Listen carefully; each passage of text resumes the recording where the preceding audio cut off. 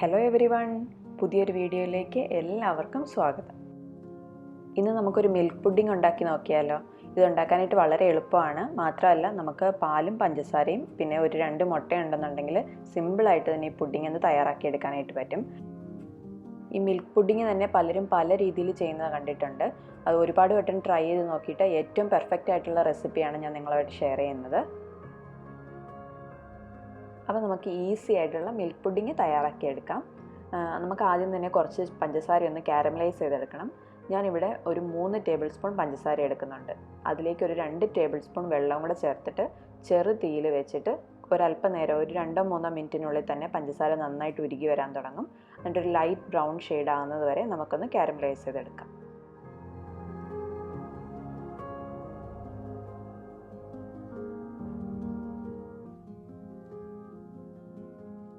Spoon വെച്ചിട്ട് ഇളക്കിയൊന്നും കൊടുക്കണ്ട. പിന്നെ അഥവാ ഇങ്ങനെ അടിയിൽ പിടിക്കില്ല, നമ്മൾ വെള്ളം ചേർത്തിട്ടുണ്ടല്ലോ, അതുകൊണ്ട് തന്നെ കുഴപ്പമൊന്നുമില്ല. ജസ്റ്റ് ഇങ്ങനെ ആ പാൻ ഒന്ന് ചുറ്റിച്ച് കൊടുത്താൽ മാത്രം മതി. അല്ലാതെ സ്പൂൺ ഇട്ടിട്ട് ഇളക്കിയെടുക്കേണ്ട കാര്യമില്ല. പിന്നെ ഒരു ലൈറ്റ് ബ്രൗൺ ഷെയ്ഡ് ആകുമ്പം നമുക്കെടുക്കാം. ഈ ഒരു പരുവൊക്കെ ആകുമ്പോഴേക്കും നമുക്ക് തീ ഓഫ് ചെയ്യാം. ഞാനിവിടെ പുഡിങ് സെറ്റ് ചെയ്യാൻ എടുക്കുന്ന പാത്രത്തിൽ കുറച്ച് ബട്ടർ തേച്ച് കൊടുത്തിട്ടുണ്ട്. അതിൻ്റെ മുകളിലേക്ക് നമ്മൾ കാരമലൈസ് ചെയ്ത് വെച്ചിരിക്കുന്ന പഞ്ചസാര ഒഴിച്ചു കൊടുക്കുക. ചൂടോടുകൂടി തന്നെ ഒഴിക്കണം കേട്ടോ, അല്ലെന്നുണ്ടെങ്കിൽ അത് കട്ട പിടിച്ചു പോകും. പിന്നെ ഇതിലേക്ക് നമുക്ക് സെറ്റ് ചെയ്തെടുക്കാനായിട്ട് പ്രയാസമാവും. ആ ചൂടോടുകൂടി തന്നെ ഇതിലേക്ക് ഒഴിച്ച് കഴിഞ്ഞിട്ട് അല്പനേരം മാറ്റി വെച്ചാൽ മതി. അപ്പോഴേക്കും ഇത് കറക്റ്റായിട്ട് സെറ്റായിട്ട് കിട്ടും. ഞാനിവിടെ 1 കപ്പ് പാലിൻ്റെ അളവിലുള്ള ഇൻഗ്രീഡിയൻസ് ആണ് പറയുന്നത്. ഇതിനായിട്ട് 2 മുട്ട വേണം. ഞാനതൊരു ബൗളിലേക്ക് ഇട്ട് കൊടുത്തിട്ടുണ്ട്. പിന്നെ പഞ്ചസാര വേണം. ഞാനിവിടെ പൊടിച്ച പഞ്ചസാരയാണ് എടുത്തിരിക്കുന്നത്. പഞ്ചസാരയൊക്കെ നിങ്ങളുടെ മധുരത്തിനനുസരിച്ച് കൂട്ടുകയോ കുറയ്ക്കുകയോ ചെയ്യാം. പിന്നെ പഞ്ചസാര പൊടിക്കണം എന്ന് നിർബന്ധമൊന്നുമില്ല, മുഴുവനോടെ ചേർക്കാം. പക്ഷേ കുറച്ച് നേരം എടുക്കാതെ മിക്സ് ചെയ്ത് കിട്ടാനായിട്ട്. അതുകൊണ്ട് ഞാൻ ജസ്റ്റ് ഒന്ന് പൊടിച്ചെടുത്തെന്ന് മാത്രം. പഞ്ചസാരയും മുട്ടയും നന്നായിട്ട് മിക്സ് ചെയ്തിട്ട് യോജിപ്പിക്കുക. ഇതുപോലൊരു വിസ്ക് ഉപയോഗിച്ചോ അല്ലെന്നുണ്ടെങ്കിൽ ജസ്റ്റ് ഫോർക്കോ സ്പൂണോ ഉപയോഗിച്ച്, ഫോർക്കായിരിക്കും കുറച്ചുകൂടെ നല്ലത്. അത് വെച്ചിട്ട് നന്നായിട്ട് മിക്സ് ചെയ്തിട്ടെടുത്താൽ മതി. പൊടിച്ച പഞ്ചസാര ആയതുകൊണ്ട് തന്നെ മുട്ടയായിട്ട് പെട്ടെന്ന് യോജിച്ച് കിട്ടും. അതല്ലാന്നുണ്ടെങ്കിൽ ഒരല്പം നേരം കൂടെ സാധാ പഞ്ചസാര ഇടുകയാണെങ്കിൽ കുറച്ച് നേരം കൂടെ കൂടുതൽ ഒന്ന് മിക്സ് ചെയ്തിട്ടെടുക്കുക. പിന്നെ ഇതിലേക്ക് എടുത്തു വെച്ചിരിക്കുന്ന മുഴുവൻ പാൽ ഒരുമിച്ച് ചേർക്കണ്ട. കുറേശ്ശെ വീതം പാൽ ഒഴിച്ചിട്ട് നന്നായിട്ട് മിക്സ് ചെയ്തിട്ട് യോജിപ്പിച്ചെടുത്താൽ മതി. നമ്മൾ എടുത്തു വെച്ചിരിക്കുന്ന 1 കപ്പ് പാൽ ഒരു 3-4 തവണയായിട്ട് ഇതിലേക്ക് ചേർത്ത് കൊടുത്തിട്ട് നന്നായിട്ട് മിക്സ് ചെയ്തിട്ടെടുക്കുക. ഇനി നമുക്ക് ഇതിലേക്ക് ഒരു ഫ്ലേവറിന് വേണ്ടിയിട്ട് ഒരു 1/4 ടീസ്പൂൺ വാനില എസൻസോ അല്ലെങ്കിൽ 1-2 നുള്ളി ഏലക്ക പൊടിച്ചതോ ചേർത്ത് കൊടുക്കാം.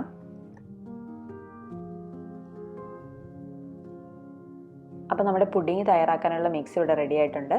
എല്ലാം ചേർത്തിട്ട് നന്നായിട്ട് മിക്സ് ചെയ്ത് യോജിപ്പിച്ചെടുത്താൽ മതി. ഇപ്പോൾ നമ്മൾ നേരത്തെ തയ്യാറാക്കി വെച്ചിരുന്ന കാരമലൈസ് ചെയ്ത പഞ്ചസാരയുടെ ഇതില്ലേ, അത് കറക്റ്റായിട്ട് സെറ്റായിട്ടുണ്ട്. ഇനി നമ്മൾ പുഡിങ്ങിൻ്റെ മിക്സ് തയ്യാറാക്കി വെച്ചിട്ടില്ലേ, അതിങ്ങനെ ഒരു അരിപ്പയിലൂടെ പാത്രത്തിലേക്ക് അരിച്ചൊഴിച്ച് കൊടുക്കുക. ഇങ്ങനെ അരിക്കുന്നത് എന്തിനാണെന്ന് വെച്ച് കഴിഞ്ഞാൽ ആ പുഡിങ്ങിൻ്റെ കറക്റ്റ് ടെക്സ്ചർ കിട്ടാൻ വേണ്ടിയിട്ടാണ്. കറക്റ്റായിട്ടുള്ള ആ സോഫ്റ്റ് ആയിട്ടുള്ള ഇത് തന്നെ കിട്ടും ഇങ്ങനെ അരിച്ചൊഴിക്കുകയാണെങ്കിൽ.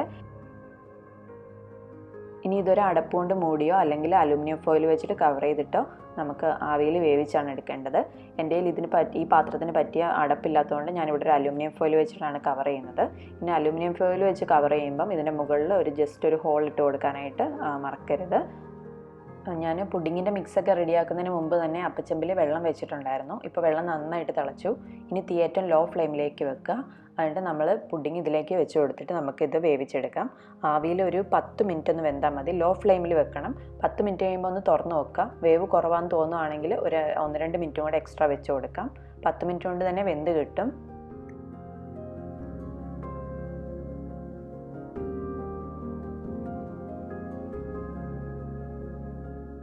ഒരു 10 മിനിറ്റ് കഴിഞ്ഞിട്ടുണ്ട്. നമുക്കിനി ഒന്ന് തുറന്ന് നോക്കാം.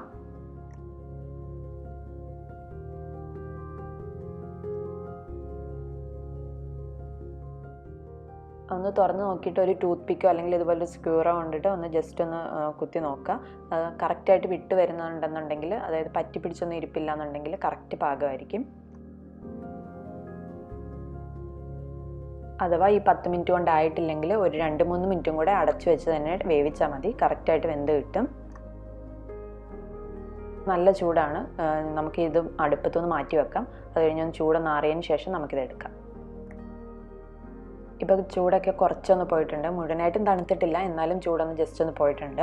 അപ്പോൾ നമുക്ക് സെറ്റ് ചെയ്യാനായിട്ടുള്ള ഈ പ്ലേറ്റിലേക്ക് ഇതൊന്ന് വെച്ച് കൊടുക്കാം. ഈ പാത്രം ജസ്റ്റ് അതേപടി വെച്ചിട്ടൊന്ന് കമത്തിയാൽ മതി. എന്നിട്ട് പതിയെ ഈ സൈഡിൽ നിന്ന് ഇങ്ങനെ ഈ പാത്രം അതേപടി പൊക്കിയെടുക്കുക. ചൂട് നന്നായിട്ട് മാറിയിട്ട് ഇങ്ങനെ പ്ലേറ്റിലേക്ക് വെച്ച് കൊടുത്താൽ മതി, അതായിരിക്കും കുറച്ചും കൂടെ നല്ല പെർഫെക്റ്റ് ആയിട്ട് കിട്ടുക.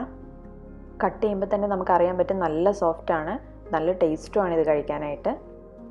കണ്ട നമ്മുടെ സോഫ്റ്റ് ആയിട്ടുള്ള മിൽക്ക് പുഡിങ് റെഡി ആയിട്ടുണ്ട്. നിങ്ങളെല്ലാവരും ഒന്ന് ട്രൈ ചെയ്ത് നോക്കണേ. ഇതുവരെ ഇത് ട്രൈ ചെയ്ത് നോക്കിയിട്ടില്ലെങ്കിൽ ഉറപ്പായിട്ടും ട്രൈ ചെയ്ത് നോക്കണം.